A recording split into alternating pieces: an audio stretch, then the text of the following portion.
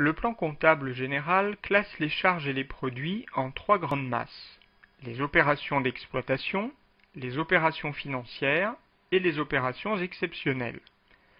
Ces dernières, l'objet de ce thème, regroupent les opérations qui ne sont pas représentatives de l'activité normale de l'entreprise et qui se caractérisent par leur caractère non récurrent. Beaucoup de ces opérations sont des opérations complexes. Nous nous contenterons de décrire ici les opérations les plus simples et les plus courantes. Rappelons que ces opérations s'enregistrent respectivement dans le compte 67 charges exceptionnelles et dans le compte 77 produits exceptionnels. Notre premier exemple est le suivant. Versement d'un don exceptionnel de 100 € par chèque bancaire à Médecins sans frontières. Notons que les pourboires et les dons courants sont considérés comme des charges d'exploitation et s'enregistrent dans le compte 6238 divers pourboires dons courants.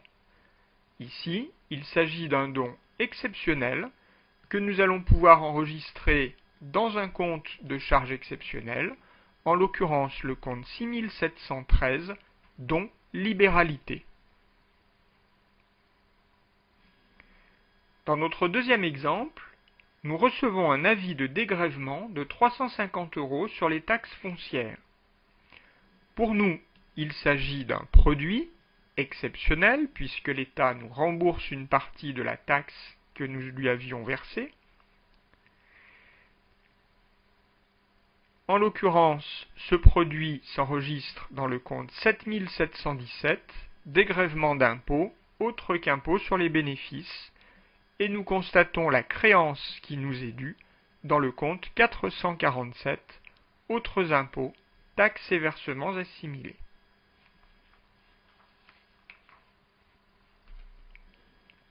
Dans notre troisième exemple, nous allons supposer que nous achetons en espèces un timbre-amende pour une contravention reçue par un livreur de l'entreprise, 75 €. Ce timbre-amende est pour nous une charge exceptionnelle. En l'occurrence, il s'agit d'une amende pénale qui s'enregistre dans le compte 6712, pénalités, amendes fiscales et pénales. Un client qui s'était engagé à acheter un produit à l'entreprise ne respecte pas son engagement.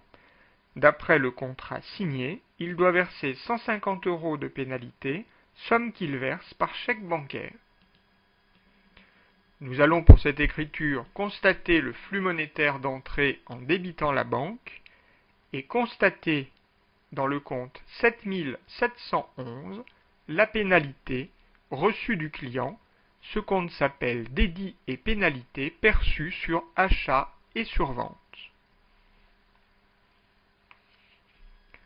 Enregistrons cette même opération dans la comptabilité du client.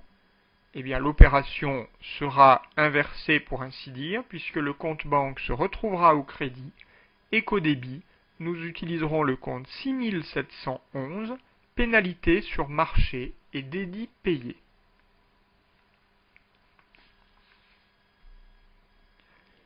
Dans l'exemple suivant, un client dont la créance avait été comptabilisée comme étant irrécouvrable effectue néanmoins le paiement attendu par chèque bancaire, 1234 €. L'encaissement de cette somme s'enregistre au débit du compte banque et cette entrée d'argent inattendu constitue pour nous un produit exceptionnel qui s'enregistre dans le compte 7714, rentrée sur créance amortie. Nous revendons ensuite un ordinateur utilisé jusqu'ici par l'entreprise, 400 € hors taxe, plus TVA 19,6%, l'acheteur paye par chèque bancaire. Il s'agit de la cession d'un actif qui entraîne pour nous la perception d'une somme d'argent que nous allons retrouver au débit du compte 512 banque pour le montant TTC. Au crédit, nous devrons distinguer le montant hors taxe 400 € qui est un produit exceptionnel et plus précisément un produit des cessions d'éléments d'actifs, et d'autre part, la TVA collectée sur la vente dans le compte 44 571. Nous percevons ensuite par virement bancaire une subvention d'équilibre octroyée par notre société mère 24 000 €. La subvention d'équilibre est destinée à compenser en tout ou en partie une perte constatée si la subvention n'avait pas été attribuée. Ce flux monétaire d'entrée s'enregistrera au débit de la banque et ce produit exceptionnel s'enregistrera au crédit du compte 7715 subvention d'équilibre.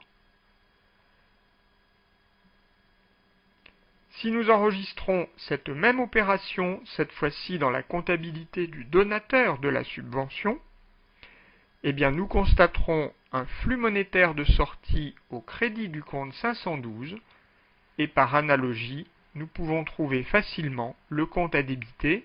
Il s'agit du compte 6715, subvention accordée.